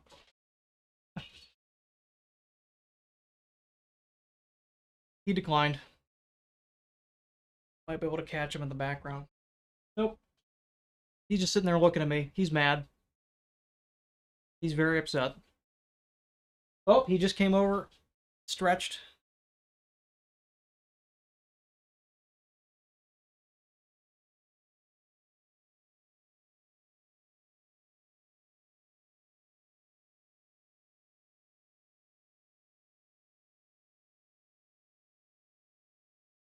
Pointing. Poor Dima. Well, let's get back to work.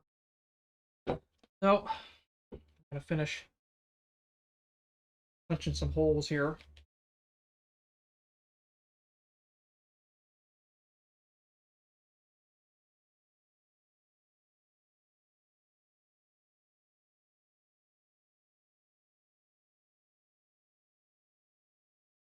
I know, I can't believe it.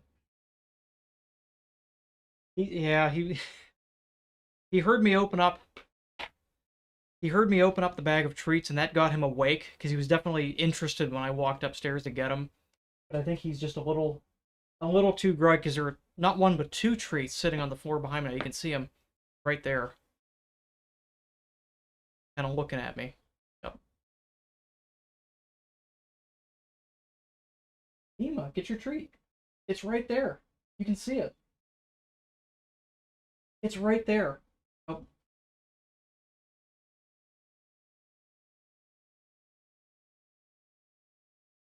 Cat won't eat the treats.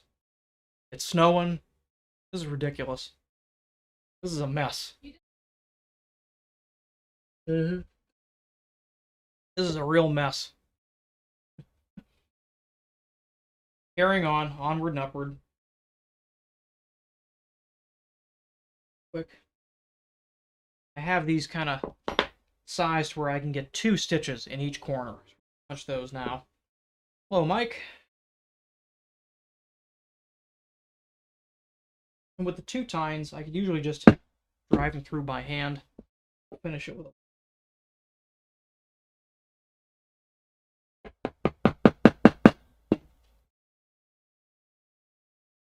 Poor Dima.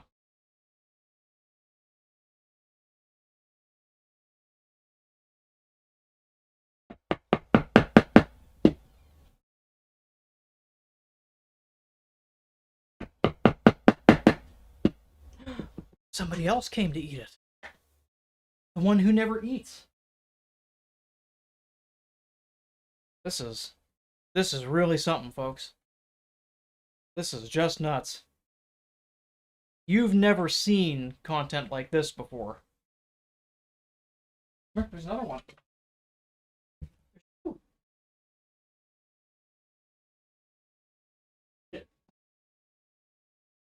Nope. I give up.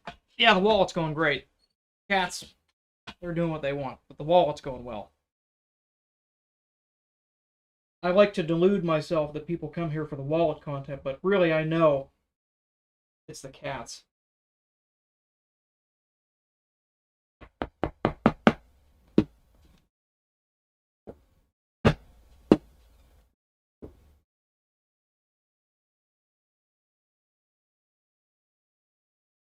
One more corner to punch.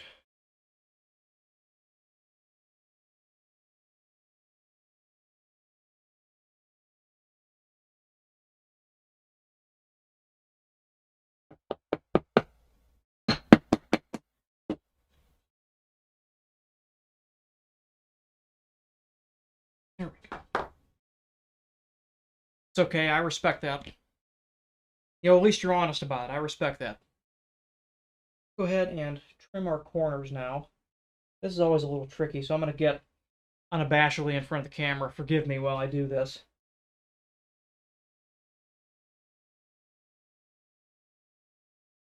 Corner trim there.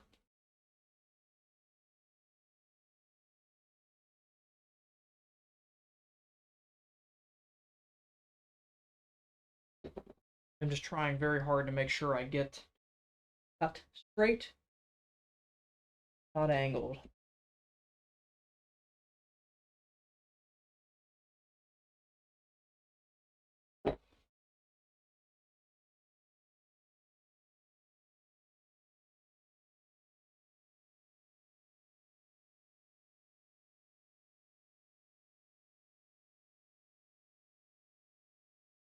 There we go.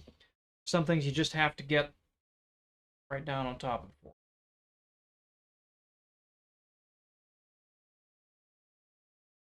And not my preferred way of doing corners, but they do look nice when they're all said and done. Go ahead and finish up these stitch lines here. So again, punching the holes, we want to make sure that we're bridging these gaps here. So we're going to take off with the 5-tine. Start there. Make sure that our line is where we want it to be.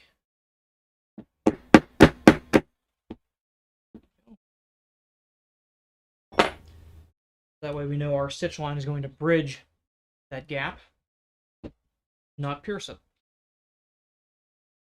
It is beautiful. Let's take a hot second just to appreciate that again. That is magnificent. Just wonderful.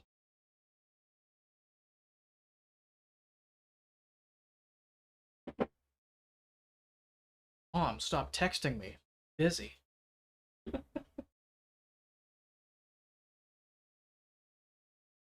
There. This is actually a pretty thick edge down here. This is about a little over 1/8 to 3/16 of an inch thick. So it's a little awkward to try to drive through fully with the 10-tine. We're going to do, again, with the 5-tine. Just to start with.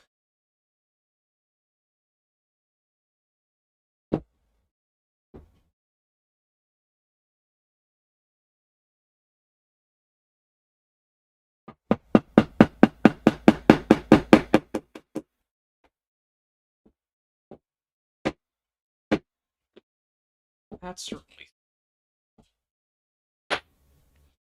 It depends on what kind of edges you're doing. Are you burnishing or are you painting? The process is very different.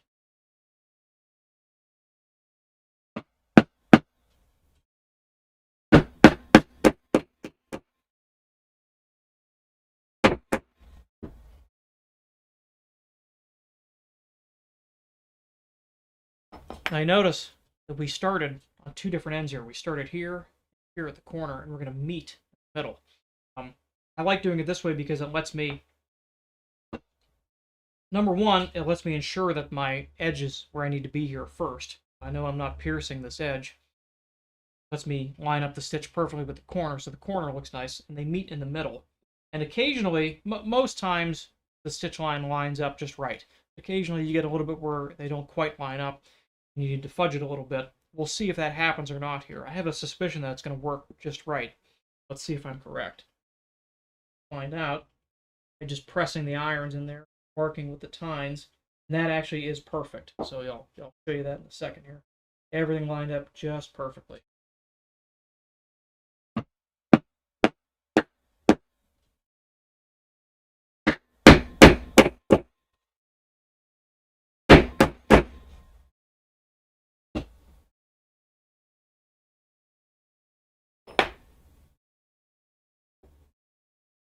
Look, everything lines up just right. So I can just take that, put it right in the center there.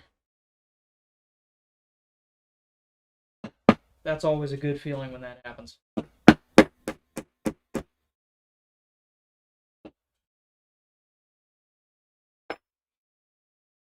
Which ones to burnish and which ones to paint should be pretty easy. You know what hide you're working with. Presuming that you do, What are you working with? I'd say probably the better place to ask this would be the leatherworking Discord. In fact, I'll post a link in chat for you.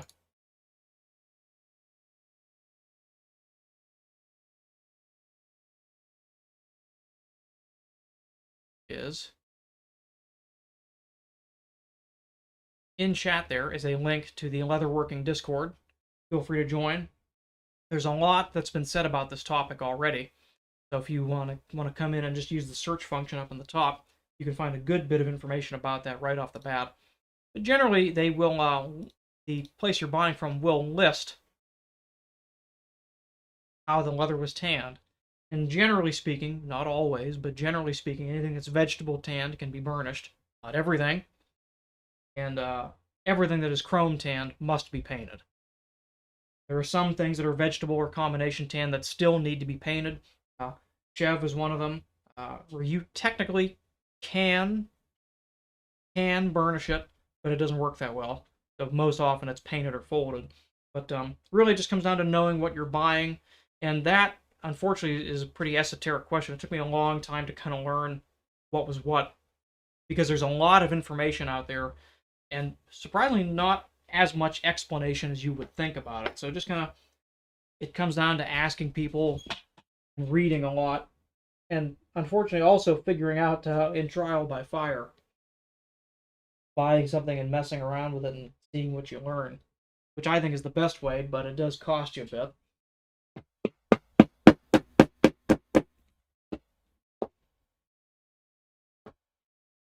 A lot of glue built up there, so that one was pretty tricky to pull out. I think what I'm going to do here, I think I'm going to finish punching the perimeter and probably wrap it up at that.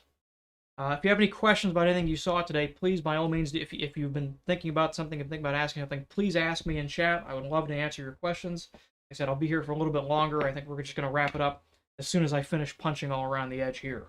If there's anything that I did today that you're curious about or unsure of, please ask. I love answering questions. I'd be happy to help you. I'm always happy to explain anything I did today. I realize that this process of joining the back is a little odd, and it's not exactly elegant, but it does work very well once it's all done. Curious about why I did what I did or how I did something, please do let me know in the chat.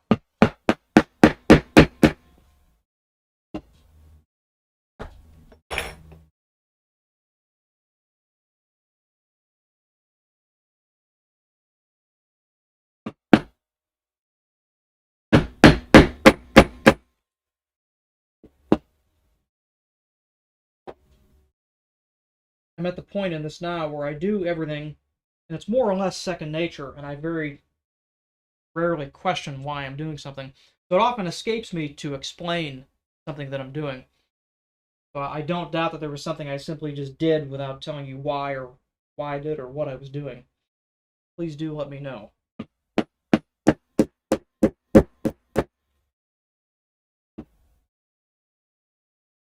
Hey, Martin. Now, to be clear, I didn't say you made horrible corner decisions. That was Kelp that said that. So Kelp, if you want to explain to the gentleman why you said what you said, by all means, go ahead. I didn't say that. But I'm glad you caught the stream. I'm glad you got to see your piece in progress. Were you here earlier? Did you see the card wallet? Let me know if you did or did not. I'd be happy to show you again. But I was kind of waiting to get everything all done. I knew you were waiting pretty patiently, and I figured, well, if I'm gonna tease him with anything, I might as well just give him everything all in one go. So, but I'm glad you caught today's stream. It's always fun to know that not only did I do something that was incredibly hair-raising live on camera, I also did it for the person who purchased it. So awesome! I'm glad you came. Now we're in the center portion here again, and we're not gonna follow this line. We're gonna start a new one over here again, and I keep hammering this home because we want to make sure that we don't pierce this edge.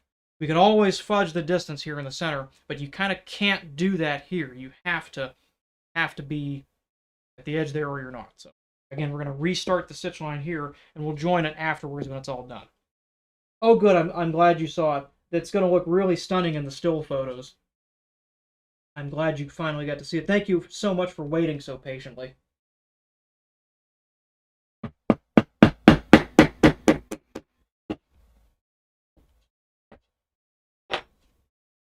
feel bad keeping you in the dark, but as you can see, things were still happening, so we were still getting it done.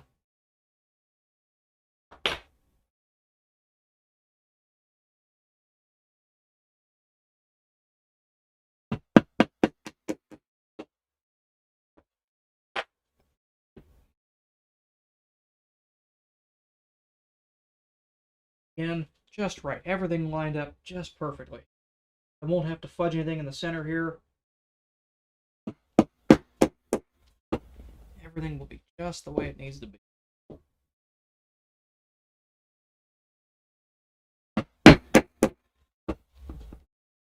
It's kind of humorous. American Tanning and Leather Christy Plott reposted my notification that I'd be streaming today, and I was like, damn, now I have to look like I know what I'm doing. You know what? I guess I kind of do.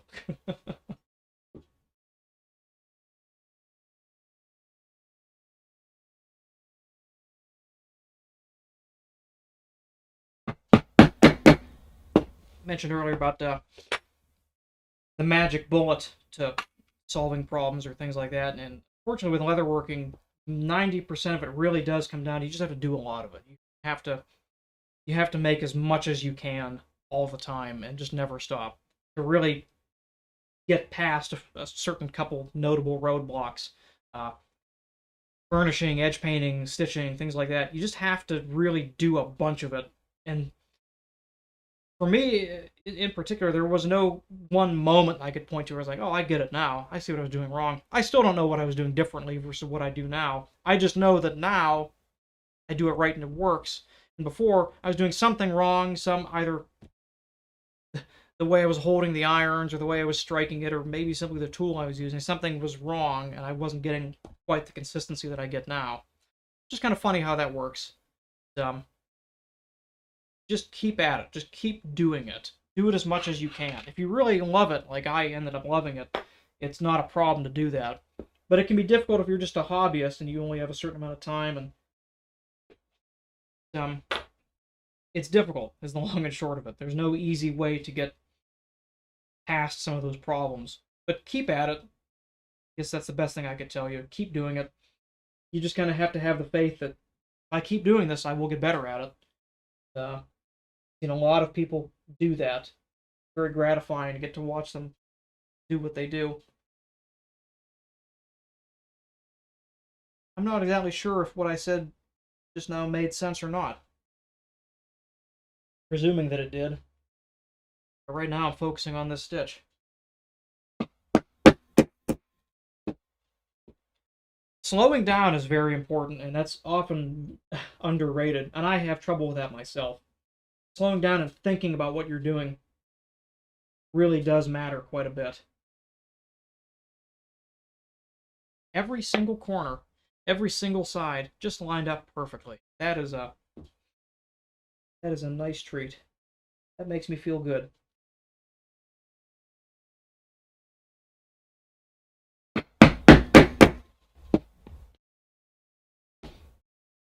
Remember once I was many years ago, I was live streaming one of my regular customers, and what was actually his first order. And he's actually the person who requests these corners the most. I actually kind of called him the Senra scallop after him because everything he gets, he requests that particular line there. Almost everything you see that has this line, other than this set of wallets, is ordered by him. But I was live streaming it for him on Instagram, and his entire family was watching. His dad, his mom, his brother, and it was very cool to get to do that. And right in the middle of doing something kind of particular, my scrap catcher, the thing that catches all the shavings that come out of the bell skiver, fell off the bottom of the bell skiver and they went everywhere on the floor.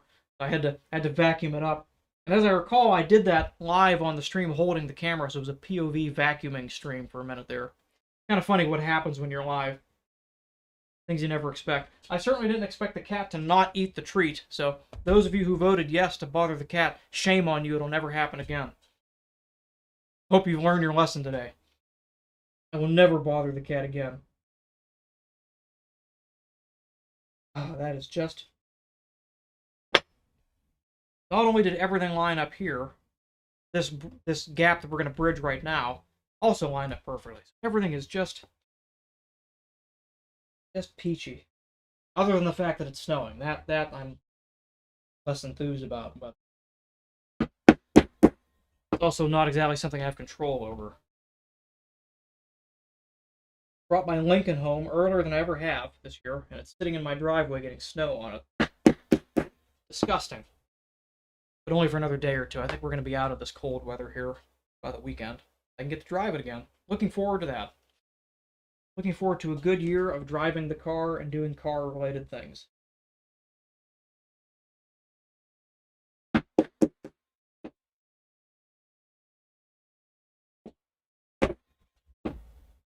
Go.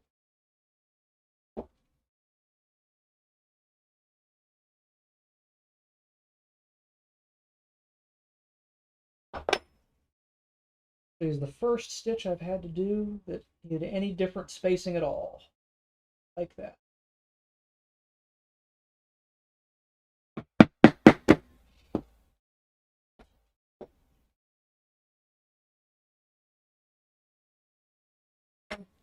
Now, if you do come to a point where you do have to fudge stitch spacing, as I do here, it is generally best to do it where the fold is, rather than over here or somewhere where it's just directly in line. The act of folding the wallet generally obfuscates any difference in stitch sizes, and it's so minor to begin with that generally only other leather workers notice it, but still, you like to hide it as much as you can. That's kind of why I try to join it in the middle there, because I know that if I do have to fudge the stitch and it looks slightly different, it's in a spot where your eye is not drawn to it immediately anyway. This one, in this case here, I'm going to have two ever so slightly, no, hold on. I was going to do two ever so slightly longer stitches, but I think what I'm going to do is a series of ever so slightly smaller stitches. This is actually a tool I had that was made for me by a very dear friend, Michael Milan, who unfortunately passed away last year. This is just laser cut out of acrylic, and the lines that are on here are meant to be aligned with the stitch line, and you can push it up there, and it'll show you consistent stitch spacing for it. It's very, very handy. I know they make and sell these. This one was made for me by my friend.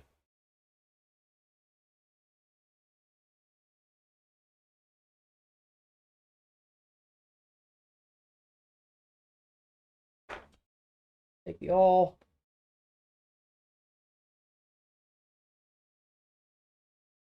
There we go.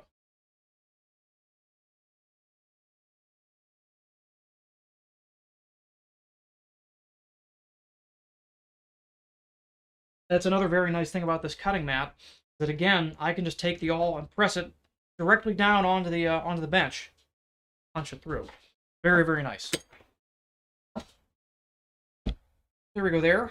There's our holes all punched. We are all ready to go. Ready to stitch. There's one more thing to do before we do that.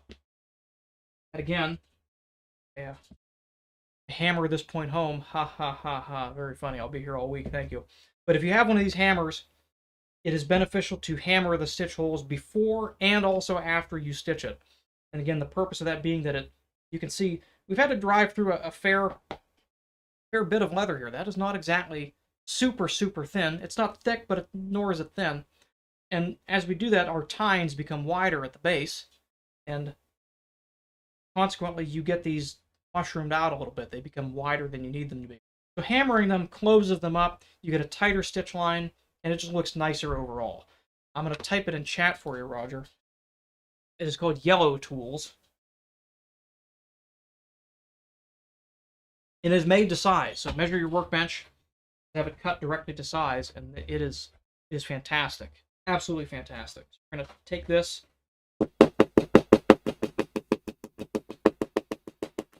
You want to be careful around here. You have to kind of work the tool around it a little bit, because if you're not careful, you can strike this raised portion where the card slots build up. You kind of want to roll this over the edge there. Kind of get it at the side.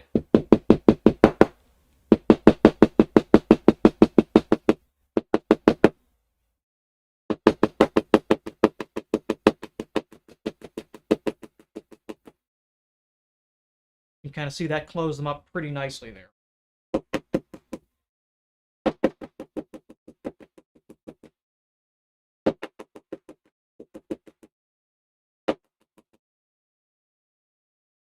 My neighbors love this.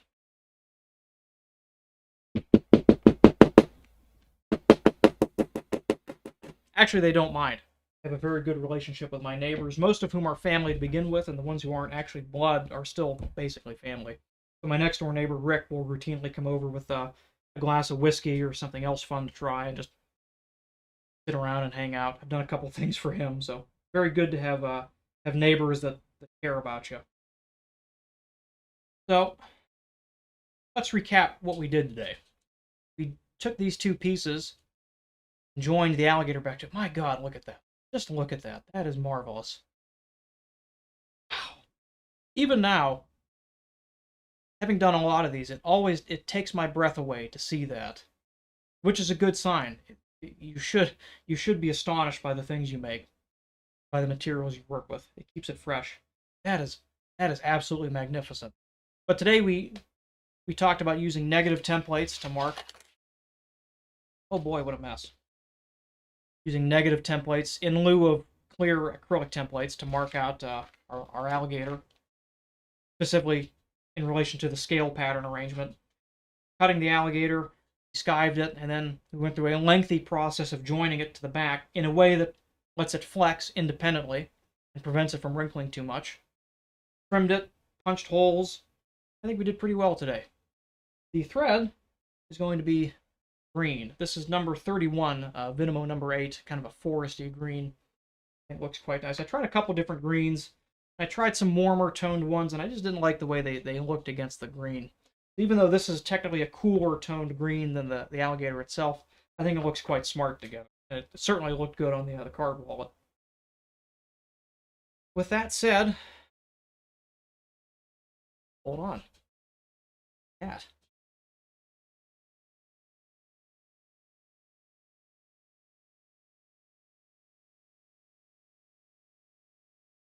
Want to say hi?